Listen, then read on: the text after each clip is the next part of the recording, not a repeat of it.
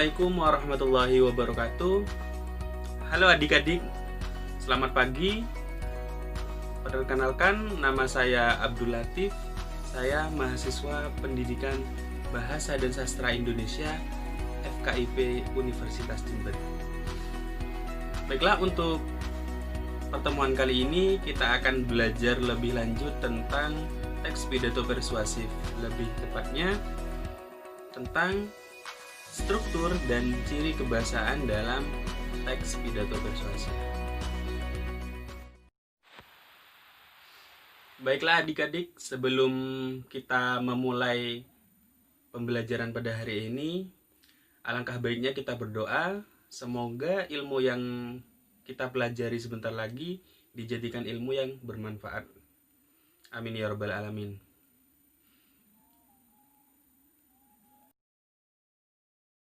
Baiklah, untuk materi pertama yaitu struktur isi pidato persuasif. Nomor 1 yakni pernyataan posisi. Pernyataan posisi merupakan pendapat atau pendirian yang diambil oleh penulis terhadap suatu persoalan. Dalam artian pendapat atau pendirian ini adalah sudut pandang penulis melihat fenomena-fenomena yang terjadi dan menyampaikannya berdasarkan argumentasi dari orang itu sendiri atau orator atau orang yang berpidato itu sendiri. Selanjutnya yang nomor 2 adalah tahap argumen.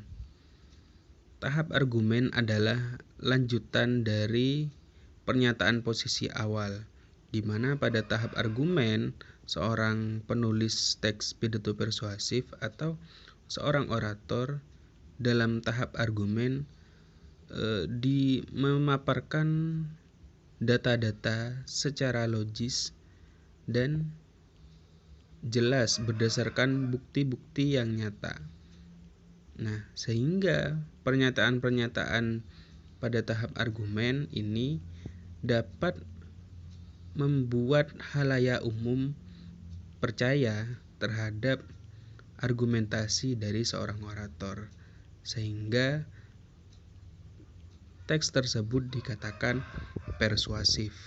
Struktur yang ketiga adalah penguatan pernyataan posisi. Di bagian ini letak argumen ditonjolkan. Maksudnya adalah maksud dari penguatan pernyataan posisi adalah memperkuat pernyataan posisi dan menekankan pikiran utama dengan menggunakan suara berbeda, nada tinggi atau rendah, mimik, bahasa tubuh, ataupun gestur.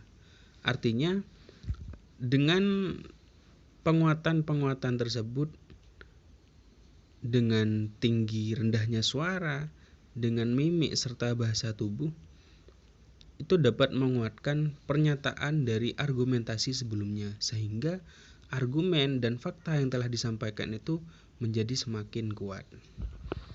Seperti itu. Nah, dan jika bentuknya adalah teks, maka pada penguatan pernyataan posisi ini lebih menekankan pada kata emotif, artinya lebih kepada pemilihan kata dengan makna yang menuju kepada perasaan sehingga menguatkan khalayak umum agar percaya kepada sang orator. Seperti itu.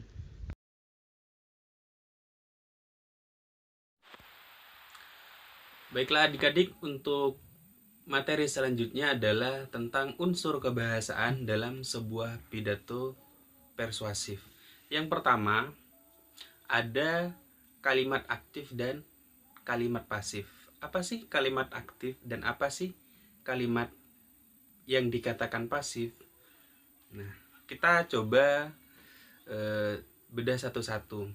Yang pertama adalah kalimat aktif. Kalimat aktif adalah kalimat yang subjeknya melakukan sebuah pekerjaan. Biasanya diawali dengan huruf, bukan diawali tapi kata tersebut berupa mendapat imbuhan predikasi atau me. Salah satu contoh, ibu memasak ikan. Kata memasak di situ mendapat imbuhan me. Lalu selanjutnya adalah kalimat pasif. Kalimat pasif adalah kalimat yang subjeknya dikenai pekerjaan. Biasanya ada imbuhan di. Contoh, ikan dimasak ibu. Kata dimasak mendapat imbuhan di.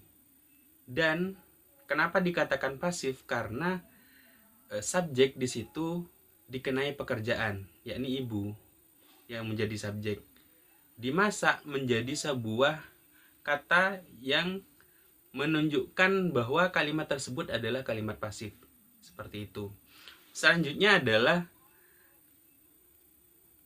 unsur bahasa yang nomor 2 dalam teks pidato persuasif. Ada bahasa kosakata emotif. Kosakata emotif ini adalah kosakata yang berhubungan dengan emosi, perasaan, dan bisa membuat orang lain itu tersulut emosi ketika mendengar ataupun membaca sebuah teks pidato persuasif. Biasanya kata-kata yang digunakan seperti ayo dan mari.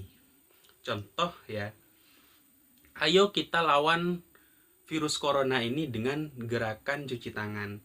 Kata ayo dalam sebuah teks pidato persuasif itu merupakan kata emotif atau kata yang berhubungan dengan emosi atau perasaan, sehingga ketika orang membaca teks yang berisi kata ayo tersebut tergugah. Selanjutnya yang ketiga dari unsur kebahasaan dalam sebuah teks pidato persuasif adalah sinonim dan antonim. Kita ketahui bahwa sinonim itu adalah persamaan kata.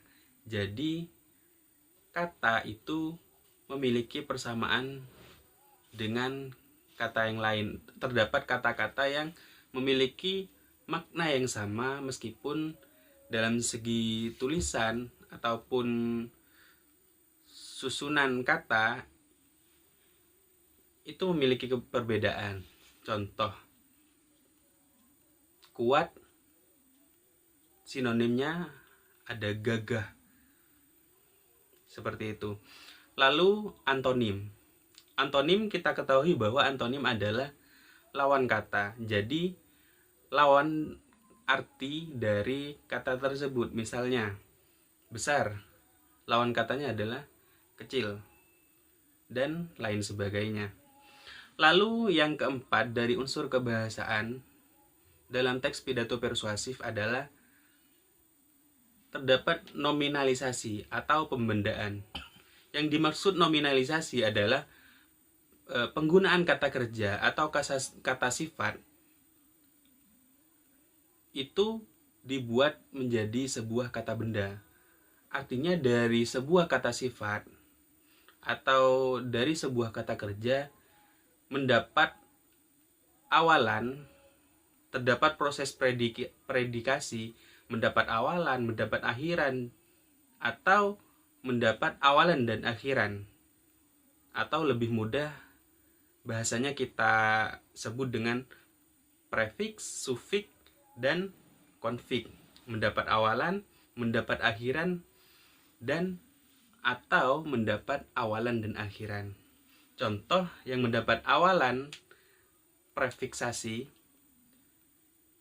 kata pemalas, yang awal katanya adalah kata malas, kata aslinya. Lalu mendapat prefiks pe menjadi pemalas. Lalu contoh yang kedua adalah sufiks atau akhiran. Contohnya adalah nyanyian. Kata aslinya adalah nyanyi. Mendapat sufiksasi, mendapat akhiran an menjadi nyanyian. Yang terakhir contohnya adalah konfiks atau kata yang mendapat imbuhan awalan dan akhiran. Contoh kata menang. Mendapat imbuhan ke-an di awal dan di akhir menjadi kemenangan. Seperti itu. Itu adalah kosakata-kosakata atau unsur kebahasaan yang ada dalam sebuah teks pidato persuasif. Yang kelima, terdapat kata tugas atau konjungsi.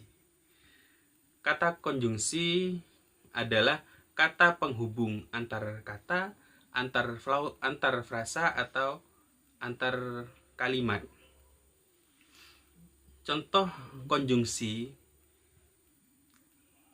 adalah kata sebab, karena, atau, namun, dan sebelumnya. Salah satu contoh kalimat penggunaan kata konjungsi dalam sebuah teks pidato persuasif yakni, sebelum virus corona masuk ke desa ini, kita harus siapkan tameng yang kuat. Pada kalimat tersebut terdapat sebuah konjungsi, yakni kata sebelum.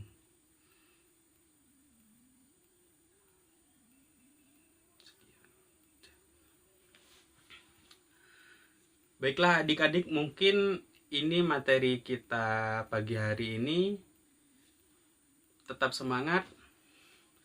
Kurang lebihnya mohon maaf. Wallahul muwaffiq ila aqwamit thoriq. Wassalamualaikum warahmatullahi wabarakatuh.